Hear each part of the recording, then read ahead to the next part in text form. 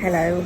I don't know if this is going to be good enough quality to use, to be honest, but I'm at the airport waiting to fly back to finish my holiday off because it has been a hell of a week. And the reason I'm recording this now is because I wanted to say how even when you have grown-up children in their 20s, you never stop being a mum, you never stop being a parent. And this week has been quite crazy. It's only Wednesday.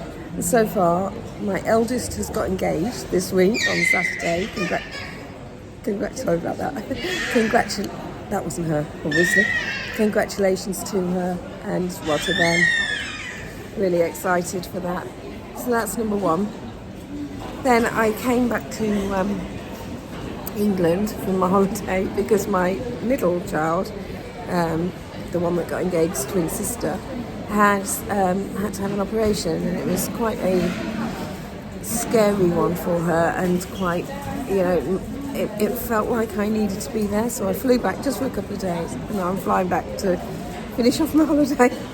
So and I have to say, it all sounded a bit brattish to go back. A sensible person would probably have just gone home, but I think I need the holiday more than ever now, I'll be honest. God, my forehead's so big it keeps chopping off. Anyway, so I just wanted to sort of say that, really. Sorry. I just wanted to say, really, that you never stop worrying about them, never stop caring, obviously, but you never stop being a mum. And they are my priority, my absolute priority. My son too, but he didn't need me this time.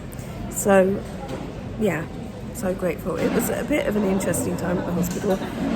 It's as good news on the what they found when they operated.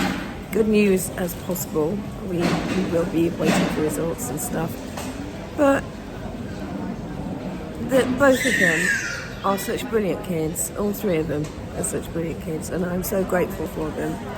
And you feel it more than ever, don't you, after a period of trauma and things like that. So brilliant, great news for my eldest, great news for my middle, and I hope my youngest is fine. I didn't get to see him this time because, as I say, it was just a whistle-stop tour.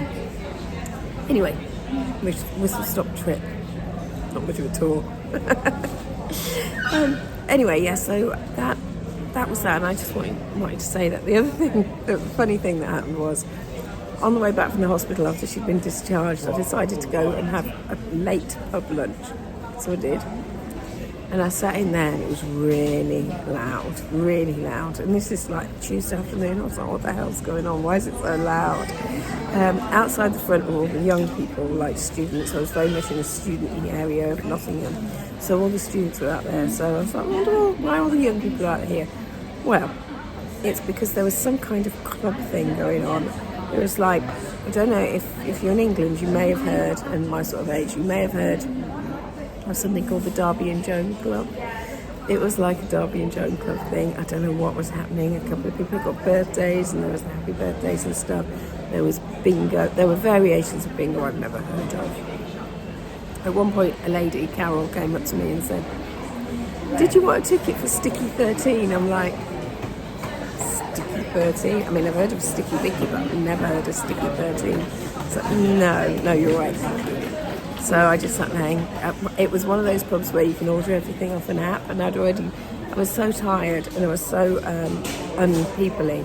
I just didn't want to talk to anybody, so I was so delighted to find a pub where I didn't have to even speak to the barman. I could just order it. And so then there's Carol asking me if I wanted a Sticky 13 ticket. No, said Sticky Vicky. Yeah. Anyway, probably get this video banned now for that. So I'm sitting there, and then suddenly the guy who'd been just talking at that point suddenly burst into song and did some Barry Manilow. Okay. And then he came and cuddled one of the women. He was sort of like, obviously he's everyone's hero because he's got the mic in his hand. So he came and cuddled one of the women who nearly took his eye out with her false nails. It was so funny. But also Carol, his ever faithful assistant and presumably his wife, said something, and he said something to her. It was so funny. It was still on the microphone, and what Barry Manilow said to Carol was, "Try and keep up your dippy cow." I don't think he knew the microphone was on. It was like a John Prescott moment with that bigoted woman. It was so funny. Anyway, I'll leave you to it. I am just waiting now to get on.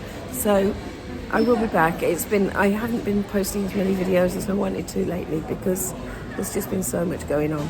But now hopefully we'll get the good news that we're hoping for,